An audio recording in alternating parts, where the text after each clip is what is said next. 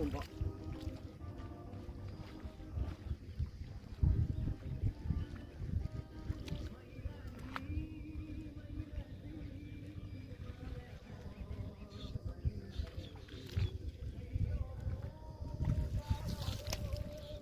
நண்பா 4வது வராள்.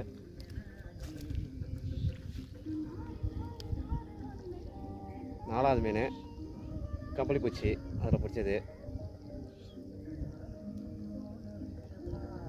இதுதான் ஃப்ராகு கேட்டர் பிளேயர்னும் கம்பளி பூச்சி இது. தேங்க்யூ நண்பா, ஒருவுக்கு தரமாக ஏறிச்சு. தேங்க்யூ. 5ஆம் ட்ரை பண்ணலாம்.